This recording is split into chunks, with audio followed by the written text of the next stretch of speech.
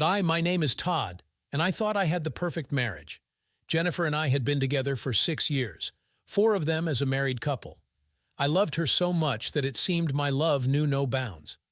Jennifer was everything to me, my best friend, my lover, my rock, and my support. I couldn't imagine my life without her.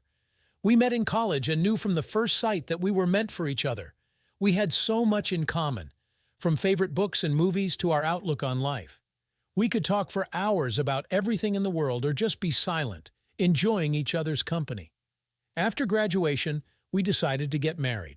It was the happiest day of my life. Looking into Jennifer's shining eyes, I felt like the luckiest man in the world. I was sure that our love would withstand any trials and that we would be together until the end of our days.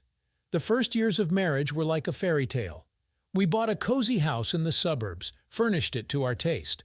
On weekends, we went out of town, went hiking, had picnics in nature. Our house was always full of friends and relatives whom we loved to host. Jennifer was a wonderful hostess and a caring wife. She always greeted me from work with a smile, asked about my day, supported me in all my endeavors. And I tried to be a reliable support for her, a loving husband, and a faithful friend. We made plans for the future. We wanted children, dreamed of traveling, thought about what our life would be like in 10, 20, 30 years. I had no doubt that we would grow old together, surrounded by the love and care of each other and our future children and grandchildren. But one day, my fairy tale shattered to pieces. I found out that Jennifer had cheated on me. And not just cheated, but did it before our wedding. It turned out that my pure and innocent bride wanted to try how it is with another man right before the altar. This news came as a real shock to me. I couldn't believe that the woman I worshipped could do this to me. When I found out about the cheating, my world turned upside down. All my dreams, all my plans, all my hopes collapsed in an instant. I felt deceived, betrayed, crushed, as if the ground was kicked out from under my feet, and I was falling into a bottomless abyss. I didn't know how to live on. Everything I believed in turned out to be a lie. The woman I trusted more than anyone in the world had betrayed me in the most despicable way. And the worst part was that she did it even before we swore eternal love and fidelity to each other. At that moment, I thought my life was over, that I would never be able to recover from such a blow, never be able to believe in love and people again. The pain of betrayal was so strong that it seemed it would never subside. When I found out about Jennifer's infidelity, my first desire was to run away, to hide from the whole world, to curl up in a corner and lick my wounds. But I couldn't do that. I had to make a decision, to do something about our marriage, about our life together. Jennifer begged me to forgive her. She sobbed, swore that it was the only mistake, that she loved only me and would never do anything like that again. She said she didn't know what had come over her, that it was a momentary lapse of reason, a minute of weakness. But I couldn't believe her. How could I trust a woman who had betrayed me so meanly and cynically? How could I be sure that she wouldn't do it again, in a year, in 5 years, in 10? All my life, I would have to suffer from doubts and suspicions, and that's not the life I wanted for myself. I decided to leave. I packed my things, rented an apartment, and moved out, leaving Jennifer in our shared home. She kept calling me, texting me, begging to meet. But I was adamant. I knew that if I saw her, if I let her talk to me again, I might falter. And I didn't want that. I didn't want to go back to where I was so hurt. At first, after leaving, I was completely lost. The pain of Jennifer's betrayal was so strong that at times it seemed to me that I was going crazy. I couldn't eat, couldn't sleep, couldn't think about anything else. The only thing that brought at least some relief was work and alcohol. I started staying late at the office, taking on additional projects, working weekends, anything to keep my mind and hands busy. And in the evenings, I would come home and drink myself into oblivion. It was easier to fall asleep that way. It was easier not to feel this all-consuming pain. Friends and family tried to support me, but I didn't want to talk to anyone. It seemed to me that no one could understand what I was going through. No one knows what it's like when the person you trusted the most in the world betrays you. Gradually, I began to distance myself from everyone. I stopped answering calls, made excuses not to go to meetings.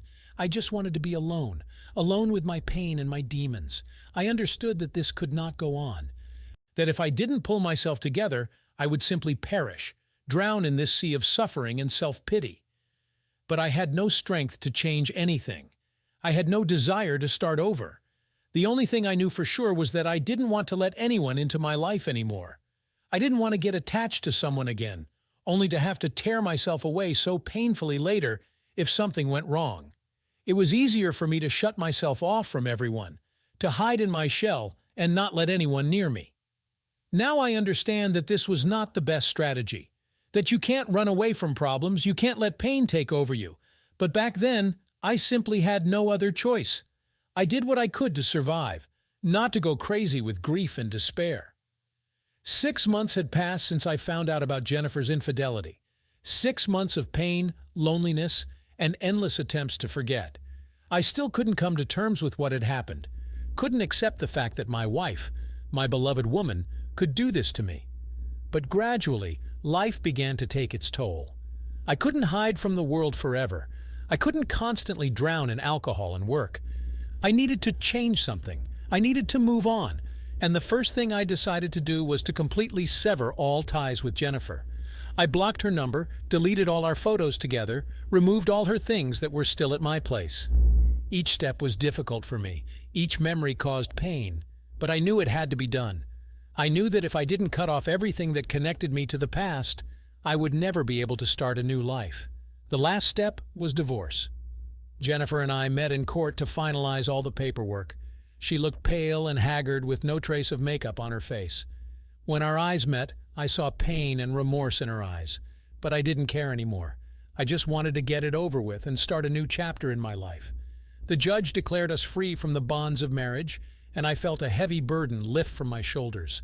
Of course, the pain didn't go away. Of course, I still had a long recovery and work on myself ahead of me. But for the first time in a long time, I felt like I could breathe deeply. After the divorce, I sold our shared house and bought a small apartment in the city center. I wanted to change my environment, to start from scratch. I gradually began to return to normal life, to meet with friends, to go to the gym, to find new hobbies. But I couldn't fully let go of the past. Every time I saw a happy couple on the street, every time I heard about someone's wedding or anniversary, something inside me fell apart. I couldn't stop thinking about Jennifer, about our ruined love, about what could have been if it hadn't been for her betrayal. Sometimes I caught myself thinking that I missed her, her laughter, her hugs, the feeling of comfort and safety she gave me. But then I would remember her infidelity, and I would be overwhelmed with a wave of anger and pain again. I realized that even if I wanted to, I couldn't forgive her. Months passed, but the pain did not subside. I continued to live, work, communicate with people, but it was as if a black hole had formed inside me. I felt empty, deceived, lost. And the more I thought about what had happened, the stronger my desire for revenge grew. I understood that it was wrong. I understood that revenge would not bring me relief, would not return my lost years and shattered dreams. But I couldn't help myself. It seemed to me that if I didn't punish Jennifer for what she had done to me, I would never be able to move on. A year had passed since the divorce, and I still couldn't let go of the past. It would seem that life was getting better. I had a good job, new friends, hobbies. But somewhere deep inside me, resentment towards Jennifer continued to smolder. The desire to take revenge on her for my ruined life continued to grow. I understood that this was wrong. I understood that revenge would not bring me relief, would not return the lost years and broken dreams. But I couldn't help myself. Every time I remembered Jennifer's infidelity, a wave of anger and bitterness rose up in me. I started following her life on social media. I looked at photos, read posts, tried to understand how she was living without me, and what I saw only added fuel to the fire of my hatred. Jennifer looked happy. She traveled a lot, met with friends, built a career. New photos with some new man, a tall brunette with a Hollywood smile, kept appearing on her page. Every time I saw them together, I was overwhelmed with a wave of rage. How could she forget about me, about our love so quickly? How could she replace me with another so easily, as if nothing had happened? I became obsessed with the idea of revenge. I spent hours thinking up various scenarios, imagining how I would make Jennifer suffer the same way I had suffered myself. I wanted her to feel at least a fraction of the pain she had caused me. But I didn't know how to do it. I didn't want to stoop to the banalities like anonymous letters or calls. I needed something more sophisticated, more personal, something that would hit her where it hurt the most. And one day the idea came to me by itself. I remembered how much her work meant to Jennifer. She was a talented interior designer, and her small firm was gradually gaining momentum. I knew that if I struck at her business, it would break her no less than her infidelity had broken me. I began to study her clients, partners, suppliers. I was looking for any information that I could use against her, and soon I found what I needed. A few small violations in financial reporting, a couple of complaints from dissatisfied customers. It wasn't enough for a major scandal, but it was enough to sow doubt and ruin her reputation. I anonymously leaked this information to the internet, sent it by mail to her clients and partners, and I started waiting for the results. At first, nothing happened, but after a couple of weeks I noticed that Jennifer began to appear less on social media. Her posts became more infrequent and restrained. Photos from parties and trips disappeared. And then I came across an article in the local newspaper. It talked about financial problems in Jennifer's firm, about dissatisfied clients and possible bankruptcy. I felt a grim satisfaction. My revenge was beginning to bear fruit. But the more I read, the more a strange feeling grew in me. Something akin to shame? Regret?